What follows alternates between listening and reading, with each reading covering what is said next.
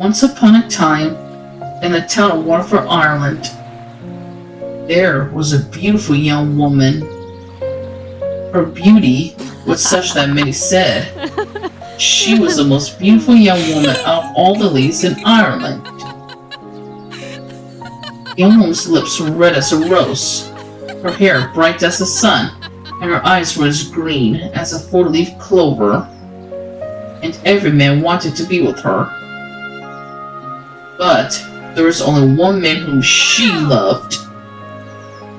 The young man had caught the beautiful woman's eyes, and from that moment they saw each other. They knew they were in love.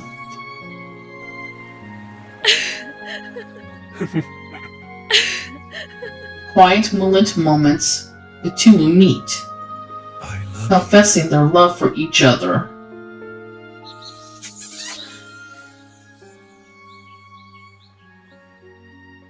That is, until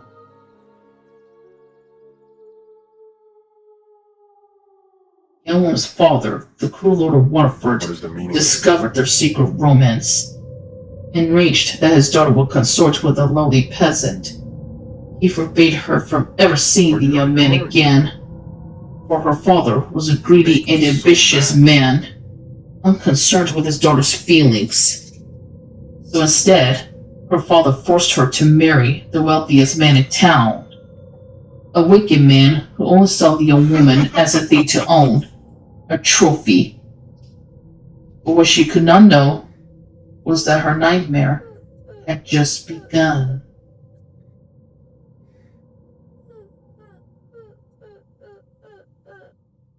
Her sadistic husband locked her up so that he could keep her all to himself. The young woman's husband was an evil man and did not love his young wife at all.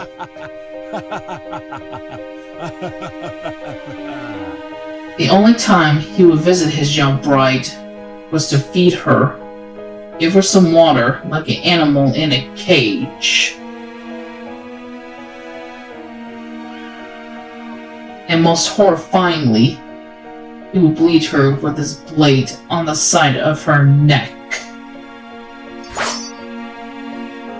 Many days had passed, and in her sadness, she was just about to give up hope.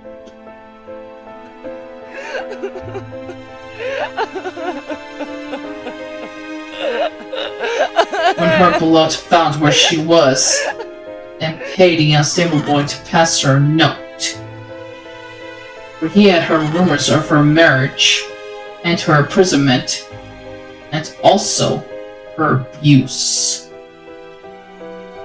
In the note, he told her that he would come and rescue her soon. So she waited for him for days. But he never came. No hope. She started dying for starvation and dehydration, because she refused to eat and drink wherever her evil husband had brought her. In a short time, she passed away. But before she died, she vowed to take revenge for her suffering. The villagers had a burial for the young bride, because everyone in the village felt guilty for not defending her from a wicked, evil husband. But what the villagers did not do would become the biggest mistake of their lives. Villagers forgot one important detail, which was to put stones on her casket. The stones were meant to seal the crypt. According to the traditions of the village, not placing stones on a crypt will potentially allow the angry spirits of the recently deceased to rise from their graves. Because of this mistake, the young woman's spirit did rise from the grave. Her spirit angry and vengeful, she became the Dearg Due, the red bloodsucker. The Dearg Due emerged from her grave, her once vibrant beauty, now a ghastly visage of death. Her fiery red hair had turned white as bone, her emerald eyes now glowed with an unholy red light, and her rose-red lips were stained with the blood of her first victim. her wicked husband. And she came for her father, who never cared for his daughter and her well-being. Both were killed by her, as she drank their blood while they slept, because she never forgave them for what they had done to her. She began to stalk the streets of Waterford by night, her thirst for vengeance insatiable. One by one she drained the life of those who had wronged her, the wealthy nobles who had turned a blind eye to her suffering, the village folk who had whispered about her but never dared to help her. The peasant boy she had once loved was not spared from her wrath. He finally came to rescue her. It's too late. He found only her empty grave as he wept over the cold earth. She appeared behind him, a specter of his former love. He felt a presence and turned to face her. For a moment, recognition flickered in her eyes, a glimmer of the woman she once was. But the hunger was too strong, betrayal too deep. With a hiss, she lunged at his throat, draining him of his life, even as he whispered her name. One last time. As word spread of the Dearg Due's reign of terror, fear gripped Waterford. People barricaded their doors at night and hung wreaths of wild roses and garlic, desperate to ward off the vengeful spirit. Priests were called to bless homes and exorcise the demon, but their holy water and incantations were powerless against her fury. Years passed, and the legend of the Dearg Due grew. Some said she could be stopped by piling stones on her grave to keep her from rising. Others claimed that only true love's kiss could break the curse.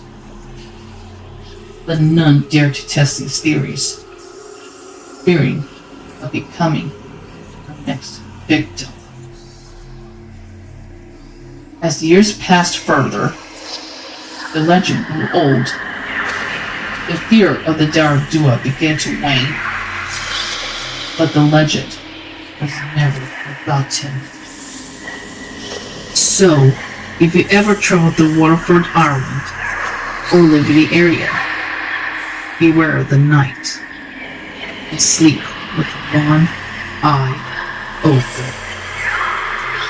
You too may find yourself the next victim of the sad, tragic, and vengeful spirit of the Dearg Due.